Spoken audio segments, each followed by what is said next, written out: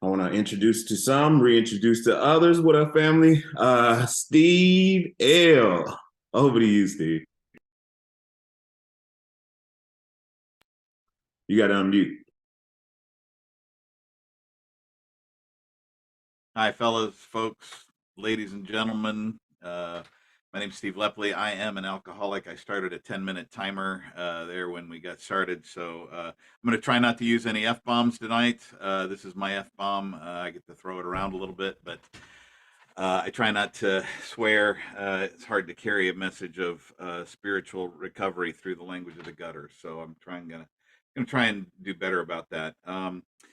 So Derek asked me to cover the first three steps, and when he asked me to do that, I said, I'm going to need more than 10 minutes. And he said, well, this is how this meeting runs, so you got 10 minutes, buddy. Good luck. Step one, we admitted we were powerless over alcohol, that our lives had become unmanageable. I was taught that that little dash in the middle was an M dash, and there's two different kinds of dashes. They are printer's measurement dashes. There's an N dash and then there's an M dash. And the M dash is a longer dash. I don't know what the N dash means, but I was told that the M dash means separate but connected thoughts. We have two separate but connected thoughts in the first step. The first one is that we were powerless over alcohol. And that I get on page 44. By the way, I'm probably likely to make up page numbers, so check me on these. I do that occasionally, but on page 44 it says, if when you honestly want to, you find you cannot quit entirely, or if when drinking you have little control over the amount you take, you're probably alcoholic. And what that boils down to is choice and control. Have you lost the power of choice, or have you lost the power of control? For me, I've lost both. I lost the power of choice and control, and that makes me an alcoholic. That's the first part of the first step. Um, the unmanageability is trickier because we get this idea that unmanageability means I can't pay my bills and my relationships are failing and my health is failing, and all of that really is powerlessness. I'm powerless over taking the drink, even though it's killing me. It's even though it's messing up my life. If that were the unmanageability of my life, those things that I mentioned, well, I can do those things now. So suddenly I'm manageable. Well, nowhere in our program does it promise me a return to manageability. Nowhere does it say, hey, Steve, you can go manage your own life now. Go have fun. It doesn't say that. What we do with the rest of the steps is hire a new manager, right? We hire this new manager called God. And so the unmanageability of life isn't about the circumstances, it's about how I run my life. And on page 61, it asks me the management question. It says, is he not a victim of the delusion that he can wrest satisfaction and happiness out of this world if only he manages well? Rest is an old verb. We don't use it much anymore. It's WREST. It's where wrestling comes from. It means to take by force or to grab, right? And so the unmanageability of my life comes from the belief that I can grab satisfaction and happiness out of this world if only I manage well. And I'll break it down for you. What it means is I get this crazy idea that if I get what I want, I'll be happy. If I get it all right out there, I'll be happy in here, right? My happiness formula looks like this. If I get the right girl, the right job, the right car, and the right amount of money, I'll be happy. If I get it all right out there, I'll be happy in here. And I get that, and it's not enough. I need some more, right? And so when I get the more, it's not enough. It's only some, and I need some more, right? They named a campfire snack after me, s'mores. I eat one, I want some more. And it's the same thing with everything in my life, right? And so the unmanageability of my life comes from this belief that if I get what I want, I'll be happy, right? I was sure if I got that Huffy 10 speed when I was 5 years old, if I got that Huffy 10 speed with the wraparound handlebars, right? If I got that bike, I'd be happy forever, right? And I got the bike and I rode it to the end of the block. I hit the brakes, slid off the seat, racked myself on that center bar, and I got off that bike, swore I'd never get on it again, man. My happiness lasted all of 5 minutes with that thing. And that's the unmanageability of my life. And so the operative words in that question are this world. See, there's not enough in this world to keep a guy like me happy. I could win the lottery tomorrow, and very quickly it would not be enough to keep me happy. Now, don't get me wrong, I'm still willing to try it, right? But that's the problem. I'm still willing to try it. That's the unmanageability of my life. And so if my life is unmanageable, okay, now I'm not a good manager. I'm fired. Now I'm screwed because I need management, right? And that's what the rest of these steps do. So step one is I'm powerless and I'm no good at running my life. I need help. Step two, came to believe that a power greater than ourselves could restore us to sanity. Okay, so it's possible, right? That's the question, yes or no? Is it possible? Well, is there a power greater than me? I got to figure that one out first, right? And I came to believe through hearing your stories. I was raised in a Baptist church and I walked away because I was abused. I didn't believe in that stuff. And so you're the ones who convinced me that there was something bigger than me. You're the ones who really gave me that hope, right? And belief is just hope. It's not faith, right? I can't have faith immediately. What I have to operate from is a place of belief that there's something bigger than me that can restore me to sanity. Well, if I'm going to be restored to sanity, I must by default be insane, right? I get that idea that I'm crazy, but it doesn't mean crazy. Sanity and insanity have a root word, sanus, which means of a whole or complete. And so if I am insane, it doesn't necessarily mean I'm crazy. It means I'm not all there. I'm incomplete. I'm not whole, right? And so what this does is it possible for me to be restored to wholeness, to completeness, right? I'm one whole Steve today. I don't need anything or anyone to complete me. And I've been given that because of the connection with God, right? I always had an empty hole floating right here. And I'd pour booze and sex and drugs and gambling and all those things in there, and it'd fill up for a while and I'd feel good. And then it would leak out and I'd be left with that emptiness again. Well, it turns out nothing fits a God shaped hole but God, right? And so coming to believe that I can be restored to wholeness, to completeness, to fill this void, that's the essence of step two.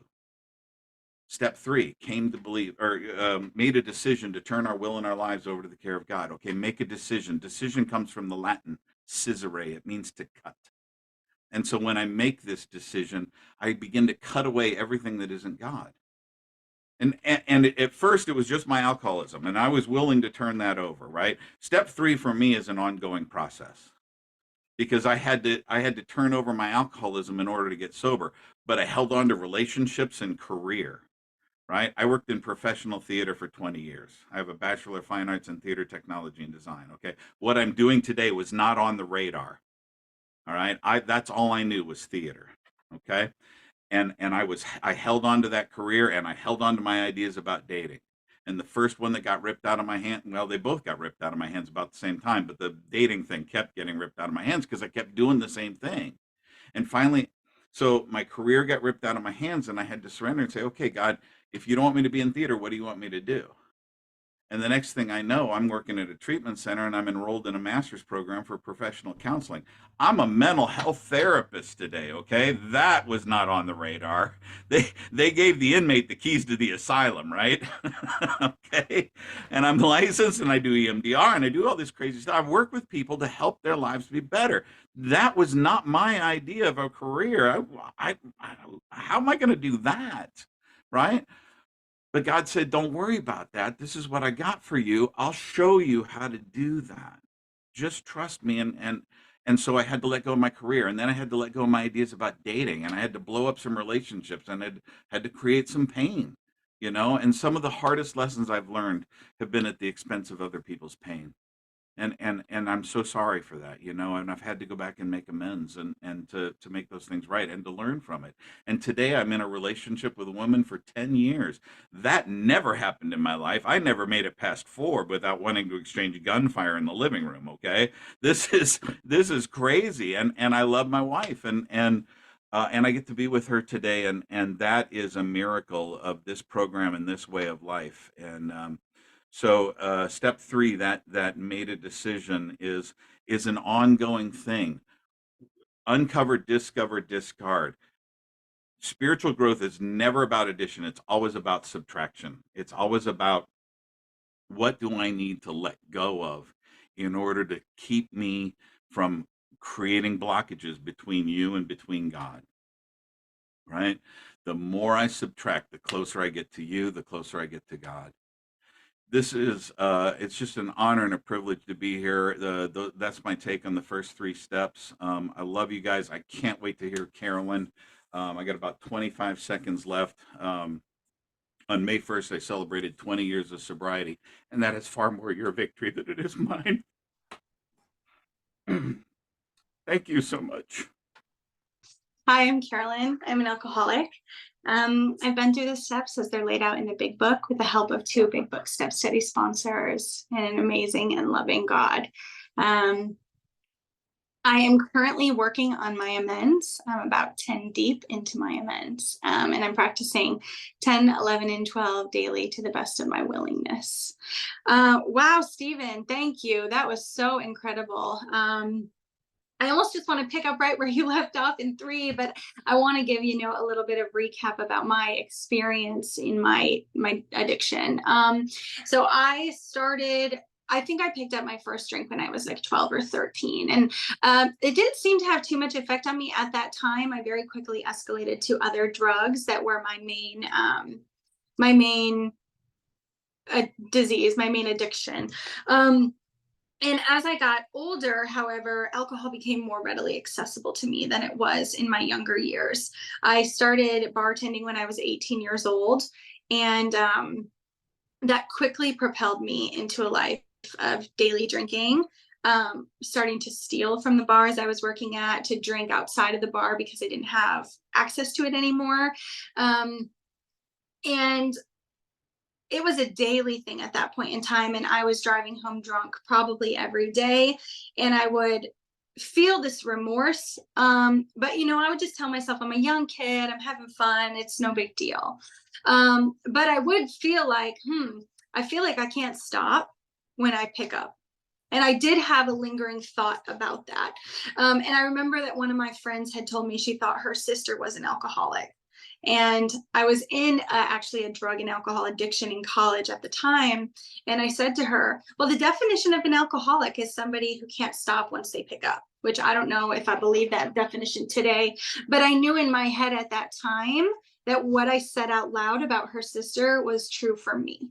But I wouldn't let myself see that. I stuffed that really, really far down, and I would not acknowledge that piece of myself for probably the next 8 years.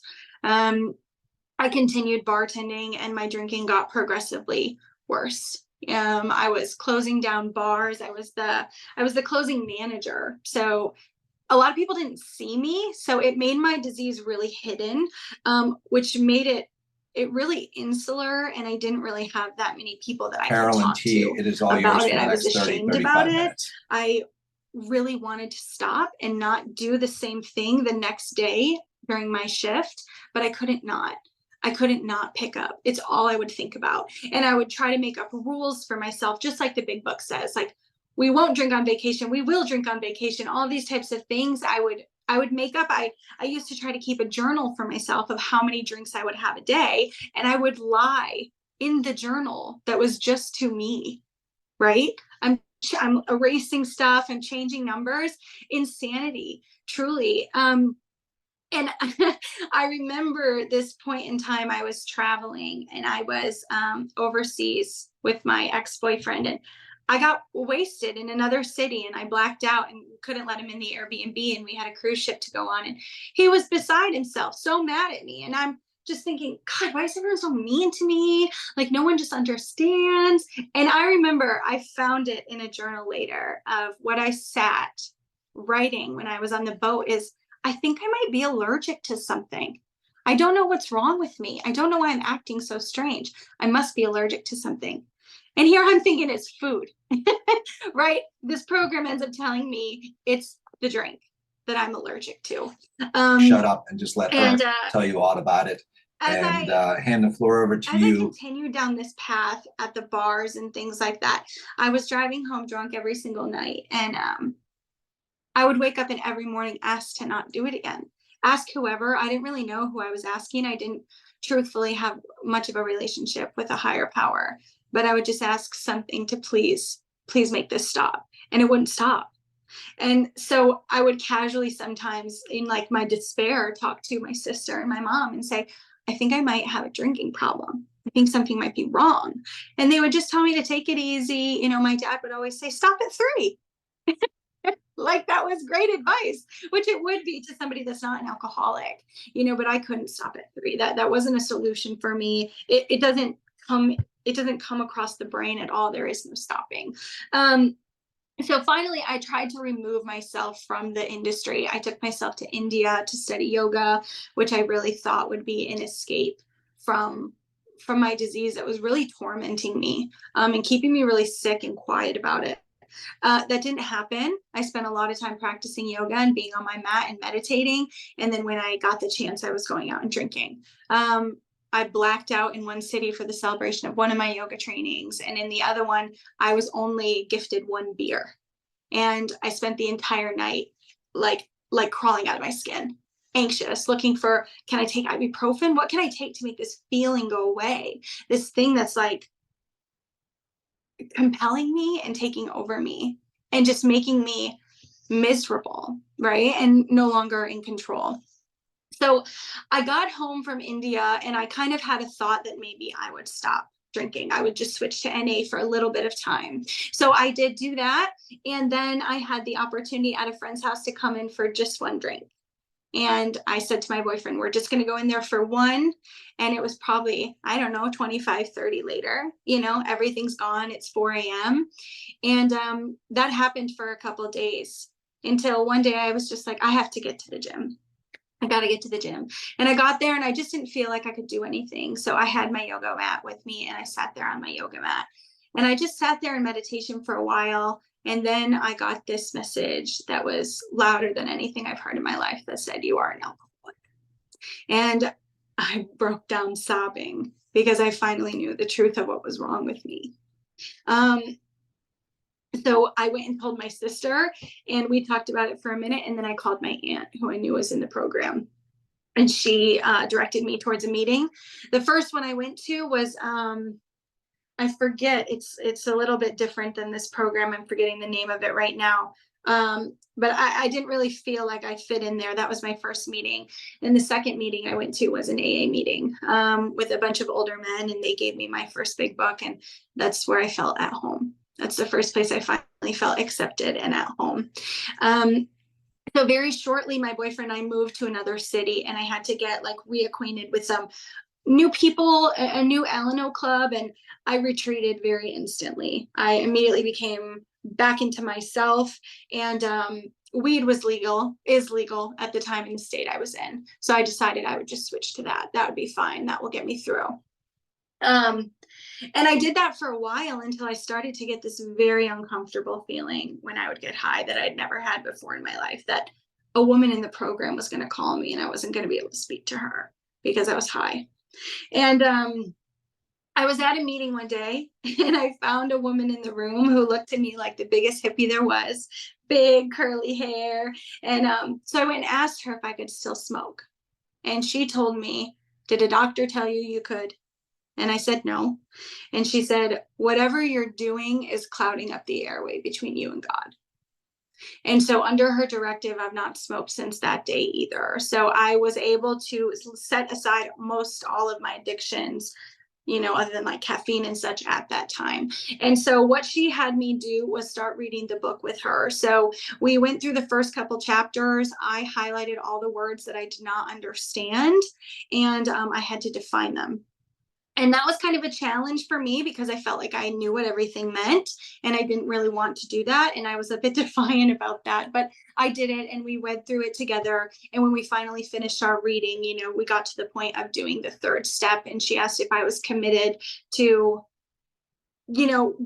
basically working through the program. Because to be totally honest, at that point, I didn't have a relationship with God.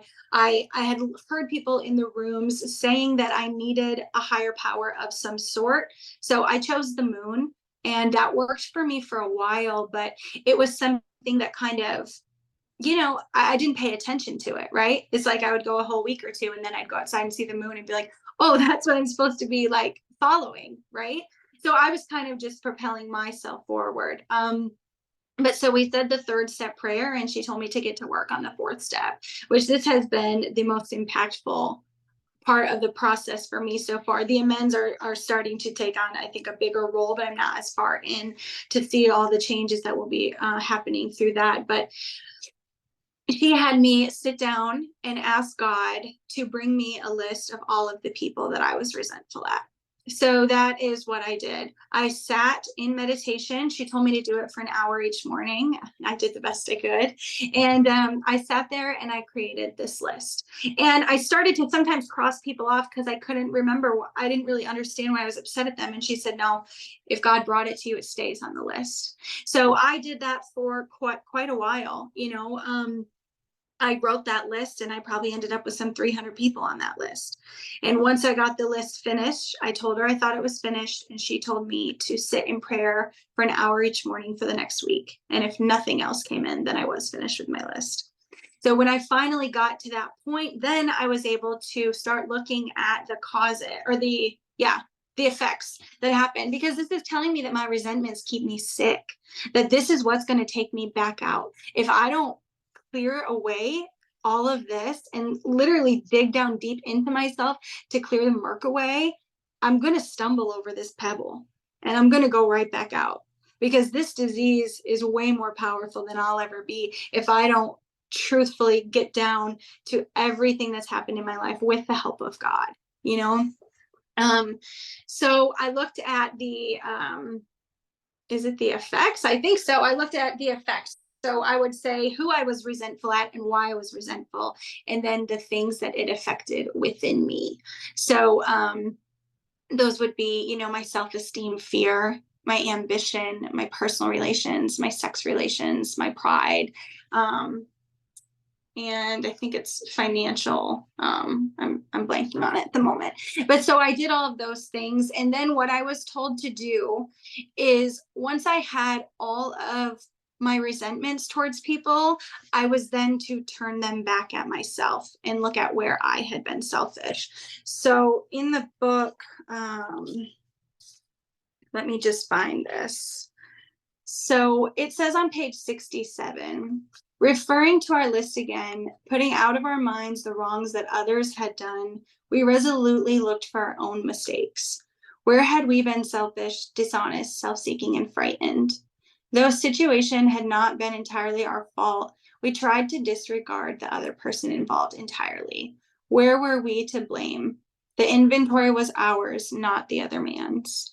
So what I was told to do was to create kind of like a selfishness that was embedded in this resentment. So to really look at it with God, I said the 3rd step prayer before I did this work, and to see what my selfishness was in these resentments. And then to further analyze that beyond. So I just pulled out some of my former work. Now, this resentment, I don't really know exactly what it was. But I have my selfishness is I wanted kindness to feel better about myself. So it doesn't really matter what the resentment is, because a lot of them can boil down to this selfishness. I wanted something to feel better about myself. I needed something to feel better about myself. And now I'm pissed at you because you didn't give it to me. So I was told that this selfishness, I think, had to be 9 words or less, and it couldn't contain anything about the other person. They were no longer a part of this. We were leaving them in the list of the resentments I wrote, and this was about me. So for this one, I wanted kindness to feel better about myself. And then my dishonesty in that, the lie I tell myself is that others' thoughts, actions, and behaviors determine my worthiness. The lie I tell myself is that I control others' thoughts, actions, and behaviors. The lie I tell myself is that I saw the situation as it was. I did not confront the situation, and I did not express my true feelings. This is not under my control. It's none of my business. The lie I tell myself is that my perception is reality. My expectations are reasonable, and my ethics are universal.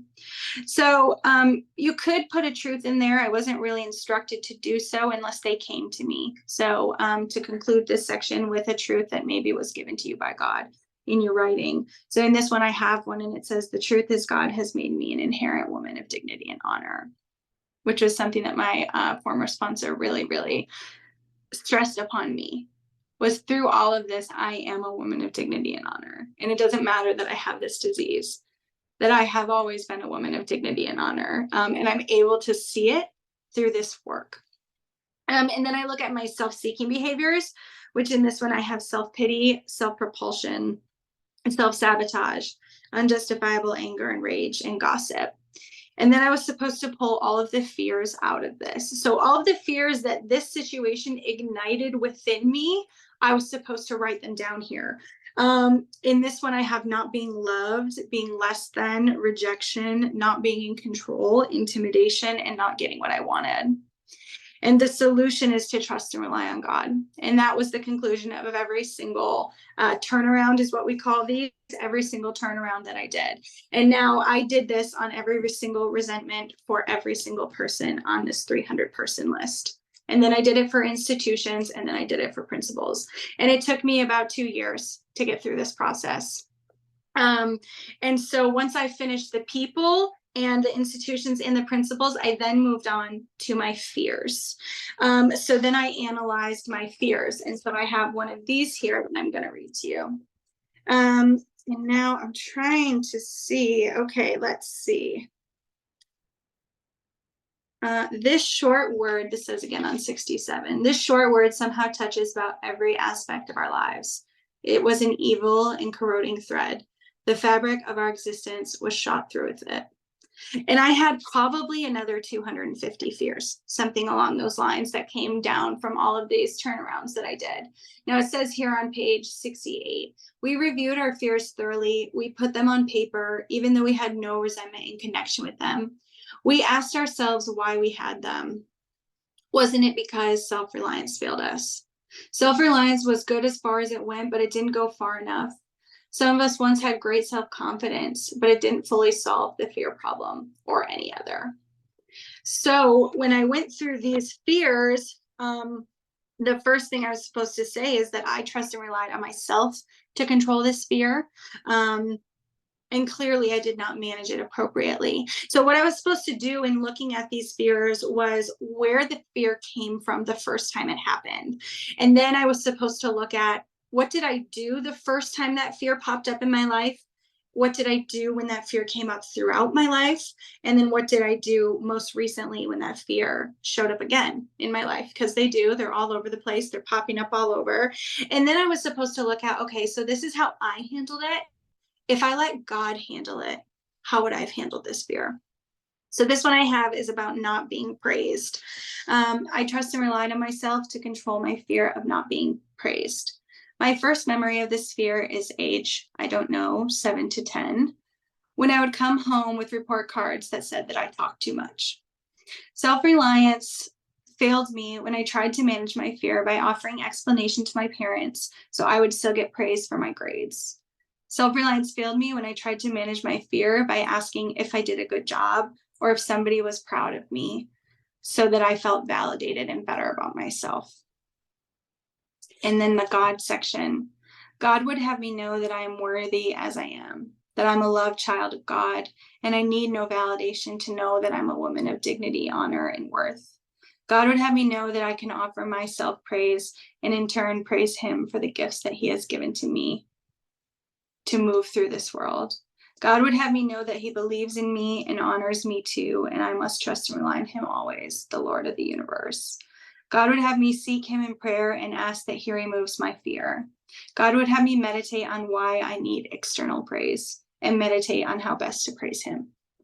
And I really felt that when I started writing this section, I was writing prayers. I didn't feel that at all in the beginning. You know, the resentment part was really, really hard. It was a trudge to get through, and I gave up a lot. It was challenging to continually look at myself and how I faced the world and how I dealt with all of these people in my life and how most of this is my fault. You know, most of this is my spiritual sickness showing up in the world and showing up in my relationships with other people. And I got so sick of myself at the end of that writing. And when I got into the fears, I wasn't necessarily like sick of myself. I was like, I can see why you did that, and I can see what we can do better moving forward, right? Now that I have God, this is how I can handle things. Because when I began this writing, I did not have God. I hoped for God because I'd heard that if you ask him to take away the desire to drink and drug, he will. And that happened to me. As I was beginning my writing, I had an experience where somebody close to me died. And I felt like this was, what's the point? You know, if I still have to suffer through this life, then what's the point? And I really felt at that time like I wanted to use. And I listened to what was said to me in these meetings, and I asked God to take that desire away. And I didn't realize till 15 minutes later that it had been lifted. And I went back to doing, you know, folding laundry that I was doing. I was able to resume back to sanity because I asked him to let me. And it's really only through giving myself this like solid foundation of this work that I can even have the space to ask, right? Like they say, I'm like setting up a buffer for myself. I'm like protecting myself with a moat by doing this work. And then anyway, I just wanted to move into the sex inventory because that's the third part of step 4. So it says, now about sex, many of us needed an overhauling there. And then it goes on to say, we reviewed our conduct over the years past. Where had we been selfish, dishonest, or inconsiderate? Whom had we hurt? Did we unjustifiably arouse jealousy, suspicion, or bitterness? Where were we at fault, and what should we have done instead? We got this all down on paper and looked at it. And so that was my next course of action once I finished my fears, is to thoroughly finish my 4th step, as the big book asks me to. And so I have one of those 2 that I was just going to read how I had done this work. So what I did was I made a list of all of the people that I had had sex with. I was told to make a list also of objects and animals. So if those things were relevant to me, they would also show up on the list. Now I had prayer with God that led me to believe that there were more people that needed to be on this list that I did not necessarily have sex with, but I felt that the behavior needed to be examined. So I added some people to this list. That wasn't necessarily the directive that my sponsor had given me, but it felt like it was part of what I needed to do in my 4-step sex inventory. So this one I remember is about my ex-boyfriend there was this girl that like really loved him, you know, she like wanted to date him, and I wanted him to just tell her to leave him alone, and he wouldn't, right? And so in this situation, my selfishness, I wanted surrender to be at peace, right? Like I wanted him to conform to my will. I wanted what I wanted so I could feel peaceful. The dishonesty in that is that the lie I tell myself is all opposition must cease for me to feel okay. The lie I tell myself is that peace comes solely from external factors. And then my motive in this was to avoid rejection. Inconsiderate, I was thoughtless to his feelings towards this girl. I was thoughtless to her feelings towards him. I inconvenienced him by forcing him to cut her out of his life. I hurt her, myself, him, and a future boyfriend. I aroused jealousy by forcing him to block and delete her on all social media. I aroused suspicion by going through his phone to make sure that they weren't talking. I aroused bitterness by trying to control all of his relationships, by ignoring him when we were in Germany for talking to her and icing him out in Milwaukee for texting her, by spending the whole night on a date with somebody else talking about him and her. Where was I at fault? I blamed Casey for my own insecurities and for not adhering to my demands. I blamed him for my feelings of not being good enough. I was responsible for putting my worth and my peace in the hands of others and for bullying others to get what I wanted. What should I have done instead? I should have respected and trusted my partner enough to make his own decisions. I should have paid no mind to others. If I trust and relied on God, I know that the thoughts, actions, and behaviors of others won't change my internal irritability and restlessness. That true and lasting peace comes from God alone, through daily connection with him and the practicing of my alcoholic solution with the 12 steps. And so once I finished all this, I then made an appointment with my sponsor to read my 5th step. We did it over the course of 2 weeks. She got COVID while I was at her home reading the 5th step, but we trudged through it. I got a sore throat, so I had to stop all the time. But we made it through. It was really challenging to get through that, because I think at that point I had some 14, 15 5-subject notebooks. It was challenging to get through. It was exhausting. I felt like it wasn't really necessary because we'd done everything together already. But this is what the book tells me to do. It's not really what I think is necessary, because I'm the one who couldn't get myself out of this situation with drinking every single day. And I didn't have the ability to not pick up. I didn't have the ability to stop. I didn't have the ability to not think about it 24/7. So I did what the book told me to do. I did what my sponsor told me to do, because I saw the people that did what I was doing, they had true and lasting recovery. And I wanted what they had. So I did it, and I was pissed, and I didn't want to do it. And I whined and complained this whole way through, but I did it anyway. And so after we read the 5th step, we moved into 6 and 7, where I review that the work I had done was solid. And, I take an hour with God. Let me just pull it up really fast. So I got it here. Oops, lost my page now. Well, either way. So what I did was I went up to her bedroom and I closed the door for an hour. She had put her book on the dresser for me to take down. So I had all of my work sitting on the bed, and I put my hands over the work, and I asked God, I asked the questions actually to myself of if I'd done solid work. And my answer was yes. There wasn't a question in my mind that I did not do a solid job at what was asked of me. There's nothing I tried to hide. Every single thing that needed to be divulged I think like one thing came into me that was kind of random, and I told it to my sponsor, when I got out of that hour with God. But I felt confident that I was ready to move forward, and that I had done what was asked of me, and that I did a solid inventory. Right? That I actually looked at all the shit that was in my life. I looked at all of it. I didn't just look at some of it, or people that aren't part of my life, or that are part of my life and not the people who aren't. I was told to look at everything. Because again, like I said earlier, is like, this is the pebble you're going to trip over. If you don't look at every single resentment and do every single thing, you're it seems to me to be like setting yourself up for failure. And so I had a really hard time to do it, but I had, people in my life that really encouraged me back to this work and back to this method of finding the truth in the life that I was living, to discard some of it and keep some of it, and to see how God could help me integrate into this new life in recovery. And one of the principles actually that I had on my resentment list was this phrase that I would hear in church when I was growing up. And it was, Lord, I'm not worthy that you should enter under my roof, but only say the word and my soul shall be healed. And I hated that. We said it every single day in mass. I went to mass a couple times a week. I went to private school. And I hated to say that, because to me, it felt like it took away my pride, right? Like, I'm like, no, I am worthy. What are you talking about? Why? I don't want to say that to you. And so I really struggled with that my whole life.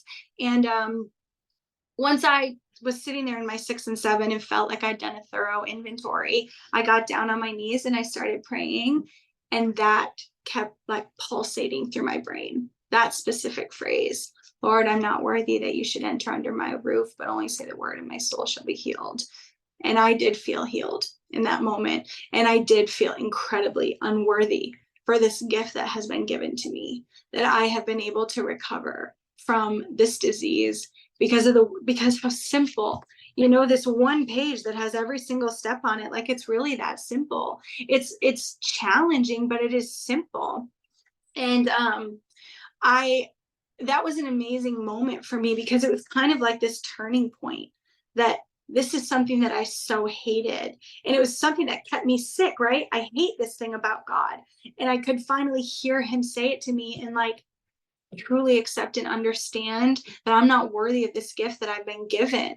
He has saved me from a hopeless state of mind and body through the work that I've done here. But as you go into 8 and 9, you're not finished. Right. So I had to make a list of all of the people that I had harmed through all of these resentments that had kind of come up, and like my behaviors that have shown throughout my life and how I've hurt people, that these are people I need to go back to and clean up my side of the street and make it right and truly amend what I had done to them. And so I created a list from my resentment list. So I went back through, in prayer with God again, saying the 3rd step prayer, sitting and asking him to guide me on whose name needed to be on that list. And so I created that list, and I'm now about 10 people in on my amends list. So I've been trucking through and mostly been looking at, okay, so all of the behaviors, earlier on I said like, okay, I engaged in self-pity, self-propulsion. And now I'm kind of looking at like, what did that mean exactly for that person? How did my self-pity and my self-propulsion and my self-sabotage affect this person?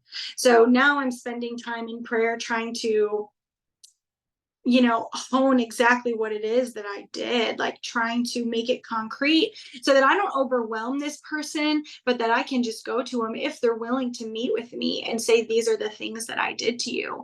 And I'm so sorry, and God willing, I will never do these things again. And, this is what I have to do. This is my course, right? And then further than that now is like the daily work of 10, 11, and 12. So 10 being that we're doing like a daily inventory. So when your resentments and fears crop up daily, that you're looking at them and analyzing them in the same way that you did, so that you don't have to do a 4th step again, right? Like immediately, like you bring it to God and you bring it to another woman or another man in the program so they can help you cast it aside and move through it, and this is a very thorough method to move through it, right? Look back at me. What did I do? And I really struggled when I was in my 4th step because it took me so long that I kept adding 10 steps to the end. Stuff kept getting piled on the end. So if you're writing, I would really encourage you write as fast as you can and get through the work, so that you can get to just the daily maintenance steps. So that's like, the 10, and then 11 is prayer and meditation. And meditation is what led me into this program. So I felt comfortable with meditation, but in the yogic lineage that I was trained in, it's really just for cessation of the mind, right? It's just for silence, where I don't believe that that's what the big book is telling me here. I don't think it's complete silence. I think it's silence of me, to hear him. And so I've tried all kinds of crazy things. No, well, not crazy, but I just change my routine all the time. I've never really found something that totally sticks for me. Sometimes I wake up at 5:30 and I sit in meditation for a half hour. Other days I say like a 30-second prayer to get me through the day. And I'm trying to figure out how to live in recovery, and to enjoy my recovery, and that's kind of where I'm at right now. Is it's kind of a balance for me on figuring out, how do I live on this side of the work, right? I've crossed the bridge. Now, how do I stay here, and how do I bring this work to other women who can heal from this gift that's been given to me? So, my sponsor has opened the door for me to begin sponsoring, and I'm incredibly intimidated by that. But this gift was given to me by so many women and men in this program, just like willingly and without expectation and without needing anything back. And it's my duty to do the same. I really believe that I have to be able to give this away, and that will strengthen my recovery. Because, when I'm just in my head by myself and I'm not connected to other people in the fellowship, I can isolate really, really quickly, and I can get back into old patterns and old behaviors and, my crazy thinking. I can do it really, really quickly, but for the grace of God, I've been able to stay in this program and keep walking forward. And it's been an incredible honor to actually be able to witness the woman that God's turned me into. Sometimes I feel like I'm on the outside and I can see who she is, who he always intended me to be, and that I wasn't living as prior. And it's pretty incredible. You know, my boyfriend said to me the other day, he said, you know, now that you've gotten to the 9th step, it almost kind of feels like your cup's overflowing. And I was like, you're so right. It is, you know, and I had no idea. I hated this process for so long. It was so hard. It really was a trudge. And I wouldn't trade back a day of it, you know, because it's brought me to this place with God. And I know a God today, and I didn't know a God when I started this program. And what I'll conclude with, though, is that my former sponsor always, you know, kind of would tell me about like studies and stuff that I could be involved in for like recovery and addiction and stuff. So I'm in a study right now that, you know, I like check in monthly kind of about where I'm at. And as I've gone through the study, they'll ask you, like, did you think about drinking this month? And sometimes I would say, like, yeah, like once or twice, you know, maybe I was at a wedding and I thought about it or whatever. And this past month, I was able to say no. Zero times did I think about it. And I had the privilege of being at my cousin's wedding 2 weeks ago, and they didn't have a bartender for their reception.